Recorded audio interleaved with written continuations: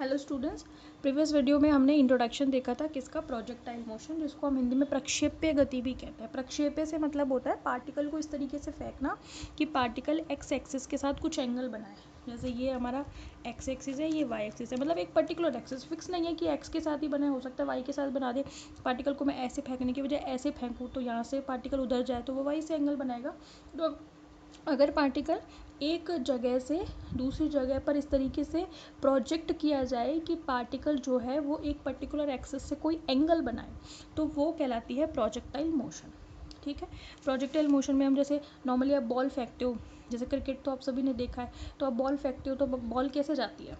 Bowler जब batsman को ball फेंकता है तो वो ऐसे ही जाती है, प्रोजेक्टाइल मोशन में जाती है। जैसे सपोज करो यहाँ पे बॉलर खड़ा हुआ है, यहाँ पे बैट्समैन खड़ा हुआ है, तो ऐसी तो जाती है बॉल। तो ये जो मोशन है, फुटबॉल है या बॉल है या कोई एनी अदर पार्टिकल है, तो उसकी जो मोशन होगी वो प्रोजेक्टाइल मोशन होगी। ठीक है, इसमें मैंने आपको ये बताया था कि जब पार्टिकल प्रोजेक्ट किया जाता है एक बिंदु से दूसरे बिंदु पर, तो पार्टिकल जो पाथ बनाता है वो जनरली पैराबोलिक पाथ आता है। और पैराबोलिक पाथ की इक्वेशन ये होती है, मतलब ये देखा गया है कि जब हम पूरा डेरिवेशन सारी कंडीशंस के साथ सॉल्व करते हैं तो ये इक्वेशन आती है। ठीक है, ये इक्वेशन किसके जैसी है, a x plus b x square, जो कि एक पैराबोला की इक्वेशन होती है। पैराबोला, जो मैथ्स वाले बच्चे हैं उनको पता होगा कि पैराबोला क्या होता है। पैराबोला यही होता है, जैसे ये शेप है मैथमेटिक्स में इसको बोलते हैं पैराबोला। तो पैराबोलिक पाथ में पार्टिकल प्रोजेक्टाइल मोशन करता है, इक्वेशन जो है वो पैराबोलिक पाथ की आती है, इसलिए ये कहा जाता है कि प्रोजेक्टाइल मोशन में पार्टिकल का पाथ पैराबोलिक होता है। ठीक है, यहाँ पे आप इन दोनों को कंपेयर भी कर सकते हो। स्मॉल ए की वैल्यू टेन थीटा नॉट आती है और बी की value -g/2 V not cos theta naught का होल स्क्वायर आती है। Theta naught is the angle of the particle with an axis. ठीक है, इसके बाद मैंने आपको ये भी बताया था कि जब पार्टिकल एक जगह से दूसरी बिंदु तक जाता है तो वहाँ उसकी वेलोसिटी में क्या क्या चेंजेस आते हैं वो मैंने आपको बताया था। ठीक है, इसको समझने के लिए पहले इसको समझना जरूरी है। पार्टिकल को जब मैंने प्रोजेक्ट किया तो पार्टिकल जिस भी पाथ पर गया उस पाथ पर मैंने एक टेंजेंट खींचा। मैंने पहले भी बताया था, पार्टिकल के किसी भी पाथ पर उसके किसी भी बिंदु पर अगर कोई टेंजेंट खींचा जाए तो वो टेंजेंट उस बिंदु पर पार्टिकल की वेलोसिटी की डायरेक्शन को शो करता है। ठीक है, तो ये पार्टिकल की वेलोसिटी की डायरेक्शन हो गई। ये जो है इसके साथ थीटा नॉट एंगल बना रहा है, तो एक्स एक्सिस में इसका जो कॉम्पोनेंट हो जाएगा वो v not cos theta naught हो जाएगा। अब रिजोल्यूशन ऑफ वेक्टर्स में आपको मैं resolution of vectors in 2 dimension और resolution of vector in 3 dimension दोनों को मैं आपको बता चुकी हूँ। ठीक है, तो 2 डायमेंशन है यहाँ पे, तो आप 2 डायमेंशन वाला देखना। बाकी मैंने आपको शॉर्टकट में भी बता दिया था कि कोई भी पर्टिकुलर वेक्टर जिस भी एक्सिस के साथ थीटा नॉट एंगल बनाता है उसके साथ कॉस लगाता है, और जिसके साथ नहीं बनाता जी थीटा एंगल या थीटा नॉट एंगल उसके साथ बनाता है साइन।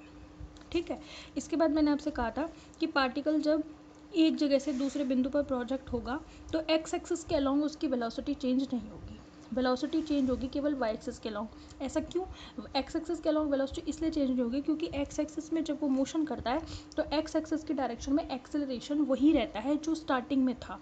तो एक्सेलरेशन वही है, इसका मतलब क्या है, एक्सेलरेशन आपका एक्सेलरेशन है ही नहीं, एक्सेलरेशन ज़ीरो रहता है। मतलब जब पार्टिकल यहाँ से यहाँ जाता है तो वेलोसिटी में कोई चेंज नहीं होता।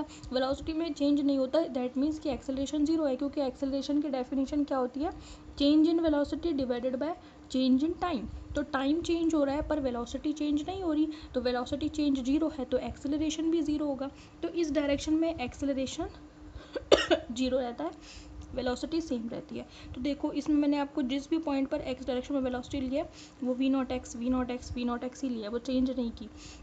वाई डायरेक्शन में इस पर एक्सेलरेशन काम करता है, कौन सा, ग्रेविटेशनल। कोई भी चीज़ ऊपर से नीचे गिरती है तो उस पर ग्रेविटेशन फोर्स लगता है, तो ग्रेविटेशन फोर्स की वजह से जो एक्सेलरेशन होता है वो ग्रेविटेशनल एक्सेलरेशन कहलाता है। ठीक है, तो ये पार्टिकल अगर मैं इस बिंदु पर है इनिशियली तो ये इसका वेक्टर है, ये दोनों इसके कॉम्पोनेंट है। फिर अगर वो यहाँ आ गया तो ये इस पर मैंने टेंजेंट खींचा, ये वेलोसिटी की डायरेक्शन हो गई, ये एंगल थीटा नॉट है, ये वी नॉट एक्स। लेकिन पहले इसकी वेलोसिटी वाई डायरेक्शन में वी नॉट वाई थी, अब वी वाई हो गई।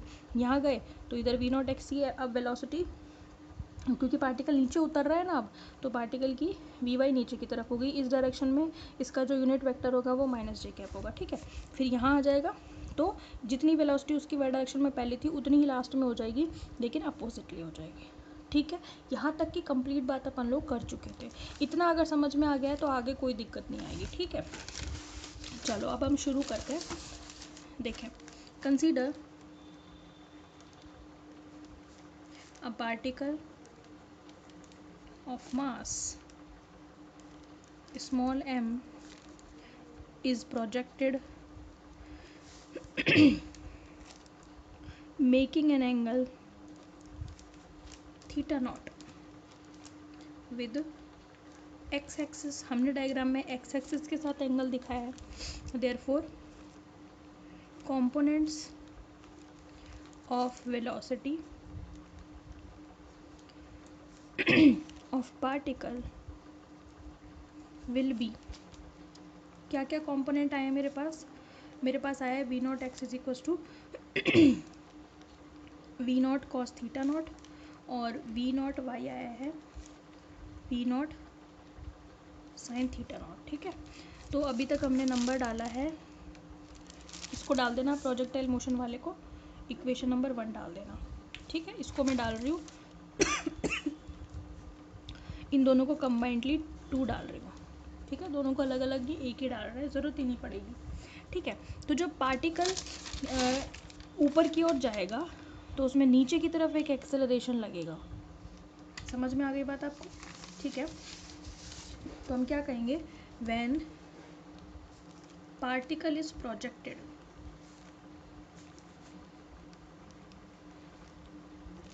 Then the acceleration due to gravity,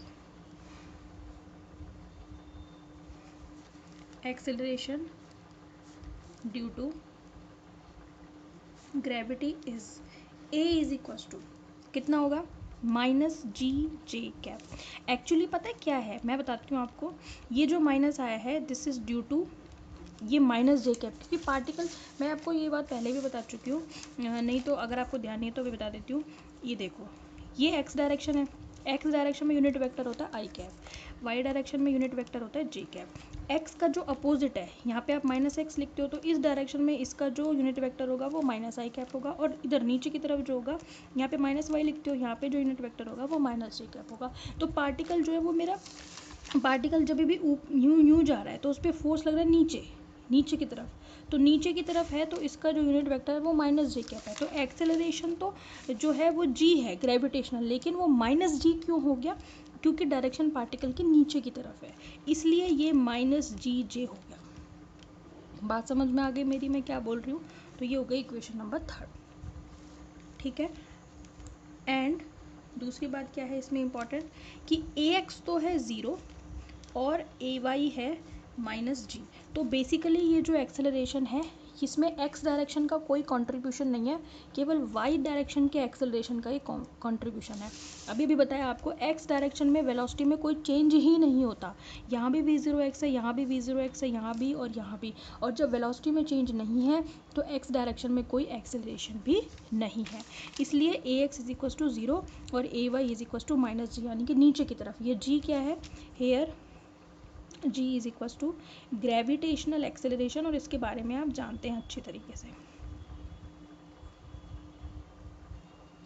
समझ में आ गई बात, ये क्या है ग्रेविटेशनल एक्सेलरेशन। ठीक है, यहाँ तक की हमारी बात हो गई। ठीक है, अब पार्टिकल जो है वो यहाँ से चलना शुरू करता है इनिशियल पोजीशन से, ओरिजिन, ओरिजिन को हमने रेफरेंस पॉइंट माना, रेफरेंस पॉइंट मतलब जहाँ से वो उसने स्टार्ट की है मोशन करना। ठीक है, तो यहाँ पर ओरिजिन पर एक्स कोऑर्डिनेट भी जीरो है, वाई कोऑर्डिनेट भी जीरो है, तो ओरिजिन पर x zero y zero zero है एक्स जीरो वाई जीरो क्या है, these are the initial position of particle. ठीक है, तो हम क्या लेकर के चलेंगे, since initial position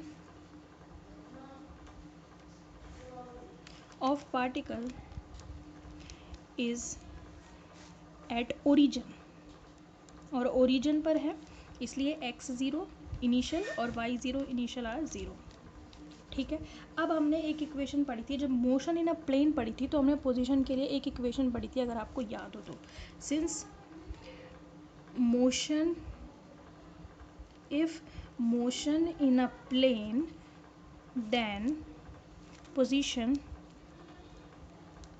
x is equals to क्या आई थी हमारे पास, x naught plus v not x plus half a x t square. याद है कि नहीं? ये इक्वेशन मैंने पिछला ही हमारा जो टॉपिक है, जो motion in a plane due to constant acceleration मैंने पढ़ाया था, वहाँ पे मैंने एक्स इज इक्वल्स टू ये निकाली थी। हमने निकाली थी आर के लिए। आर जो था वो r is equals to r not plus v not plus half a t square था। फिर उसको कॉम्पोनेंट फॉर्म में ब्रेक किया था, एक्स में भी और वाई में भी। वाई में क्या था, y is equals to y not plus v not y plus half a y t square. ये मैं पढ़ा चुकी हूँ, ठीक है। अब देखो एक्स ज़ीरो और वाई ज़ीरो, तो ज़ीरो है, इन दोनों में ज़ीरो ज़ीरो रख सकते हैं अपन, ठीक है। एक्स ज़ीरो वाई ज़ीरो तो ज़ीरो है, ठीक है। तो फिर ये इक्वेशन में क्या क्या बचा मेरे पास, ये दोनों जीरो हो गए, तो मैं रख रही हूँ। तो आप इसको नंबर 4 डाल दें और इनको डाल दें 5। 4 को जब आप 5 में रखते हो तो x कितना आएगा, ये जीरो, तो क्या आएगा v not x plus half a x t square और y इज इक्वल्स टू क्या आएगा v not y plus half a y t square, ठीक। अब ए एक्स भी जीरो है, ये देखो ए एक्स जीरो है, मैं यहाँ रख सकती हूँ, ठीक है। अब मेरे को पता है कि वी नॉट, अच्छा वी नॉट में एक्स ये नीचे की तरफ है भाई, है ना, इसके साथ मल्टीप्लाई नहीं है, ये ऐसे है, डिनोमिनेटर में है नीचे, सॉरी इसकी सब स्क्रिप्ट है, ठीक है। ऐसे मत मानना कि वी जीरो इसके साथ एक्स मल्टीप्लाई नहीं है, ये नीचे है, ठीक है। तो आपको क्या है, ए एक्स जीरो है, यहाँ पे रख देंगे। हमें पता है कि वी नॉट एक्स और वी नॉट वाई की वैल्यू भी हम जानते हैं, उन दोनों को हम यहाँ रख देंगे। हम ए वाई की वैल्यू भी जानते हैं, यहाँ रख देंगे। बात समझ में आ गई? तो मैं क्या कर रही हूँ, 2 और 3 को यहाँ रख रही हूँ 6 में। समझ में आ गई बात आपको? मैं क्या कर रही हूँ, 2 और 3 को 6 में रख रही हूँ। तो एक्स इज इक्वल टू क्या आ जाएगा, वी नॉट एक्स कितना है भाई, v not cos theta not, v not cos theta not मैंने यहाँ रखा है, ठीक है। ये तो जीरो है, ये तो जीरो हो गया। y इज इक्वल टू क्या हो गया, वी नॉट वाई कितना है, we not sine theta not, और ए वाई कितना है माइनस जी, रख रही हूँ मैं इसको, तो कितना आ गया minus half g t square. बात समझ में आ गई? ये बहुत ही इंपॉर्टेंट चीज़ आई है, समझ में आ गई? ये हो गई इक्वेशन नंबर 7। मुझे क्या चाहिए, वेलोसिटी। मैं ये पता लगाना चाहती हूँ कि x डायरेक्शन में वेलोसिटी कितनी होगी, तो मैं इनको डिफरेंशिएट कर दूँ। मुझे पता है कि पोजीशन का एक बार डिफरेंशिएशन करने पर वेलोसिटी मिलती है, और पोजीशन का 2 बार एक्सेलरेशन करने पर एक्सेलरेशन मिलता है, या यूँ कह दो वेलोसिटी का एक बार डिफरेंशिएशन करने पर एक्सेलरेशन मिलता है। ये खूब अच्छी तरीके से मैं जब मैंने डिफरेंशिएशन समझाया था तो बता चुकी हूँ, ठीक है। हम जानते हैं since v is equals to d x by d t, यानी कि एक बार डिफरेंशिएशन करो तो ये मिलता है। अब इसका भी डिफरेंशिएशन कर लो, अगर d v by d t करोगे तो इसका मतलब पोजीशन का 2 बार होगा, उससे एक्सेलरेशन मिलता है। पर मुझे एक्सेलरेशन नहीं चाहिए, मुझे चाहिए वेलोसिटी। देयरफॉर वी एक्स, ठीक है। वी एक्स कितना आएगा आपके पास, वी एक्स, अच्छा एक मिनट रुको, हाँ एक चीज़ आपकी रह गई, ये वी नॉट एक्स के साथ ना यहाँ पे टी भी आएगा, है ना, यहाँ पे टी भी आता है, तो यहाँ पे भी टी है और यहाँ पे भी टी है, ठीक है। ये मेरा रह गया, और फिर यहाँ पे क्या आएगा मेरे पास, टी आएगा, और यहाँ पे भी कितना आएगा, टी आएगा, है ना। ये करेक्शन कर लेना, वो इक्वेशन में यहाँ पे टी भी आता है, ठीक है। डिफरेंशिएशन करो तो ये इसका डिफरेंशिएशन करोगे पहले, भाई वी एक्स कैसे आएगा, वी एक्स आएगा D x by d T करके, ठीक है। भाई v जो है वो पोजीशन में टाइम के रिस्पेक्ट में एक बार डिफरेंशिएशन करते हैं तो v आता है। मैं यूँ कह रही हूँ कि x एक्सिस की पोजीशन में टाइम के रिस्पेक्ट में करोगे तो x की वेलोसिटी आएगी, y के में टाइम के रिस्पेक्ट में करोगे तो y की वेलोसिटी आएगी। बात समझ में आ गई? और वी वाई कितना आएगा, वो होगा d y by d t. इसका डिफरेंशिएशन करो, टी का टी के, ये तो कांस्टेंट है, we not cos theta not तो कांस्टेंट है, उसको तो आप ले लो बाहर, और डिफरेंशिएशन किसका होगा, टी का टी के रेस्पेक्ट में होगा, टी का टी के रेस्पेक्ट में 1 होता है, तो केवल क्या बचा, v not cos theta not. इसका डिफरेंशिएशन करो तो कैसे करोगे, तोड़ लो इसको, मैं पूरा लिख देती हूँ, cos theta naught into t minus का half g t square. Differentiation करोगे तो इसको तोड़ोगे, एक बार इसका करोगे फिर डी बाई डी टी इसका करोगे। चलो एक स्टेप और बढ़ा देती हूँ आपके लिए, minus D by d T, फिर किसका हाफ जी टी स्क्वायर का। ठीक है, अब v not cos theta not बाहर आ गया तो टी का टी के रेस्पेक्ट में 1 हो गया। इधर क्या होगा, हाफ और जी तो बाहर, और टी स्क्वायर का डिफ्रेंशिएशन कितना होगा 2t, पावर आगे आ जाएगी और टी की पावर क्या बचेगी 2 - 1 बचेगी। तो 2 - 1 मतलब 1 2 से 2 कैंसिल हो गया, तो कितना बन गया v not cos theta not minus g t. ये मेरे पास क्या आ गया वी वाई, ये आ गई इक्वेशन 8 और ये आ गई 9। बात समझ में आ गई। तो ये ही हमें निकालनी थी कि ये किस तरीके से निकलती है। ये आ गई एक्स डायरेक्शन में वेलोसिटी और ये आ गई वाई डायरेक्शन में वेलोसिटी। ये जो वी एक्स है यही वी नॉट एक्स होगी। ठीक है, तो हमें ये जो डायग्राम था हमारा, इसमें मुझे पता चल गया कि ये वी नॉट एक्स की वैल्यू कितनी है, जो हर बार वी नॉट, और वी नॉट वाई तो मेरे को पहले से ही पता था कि v not sine theta not है।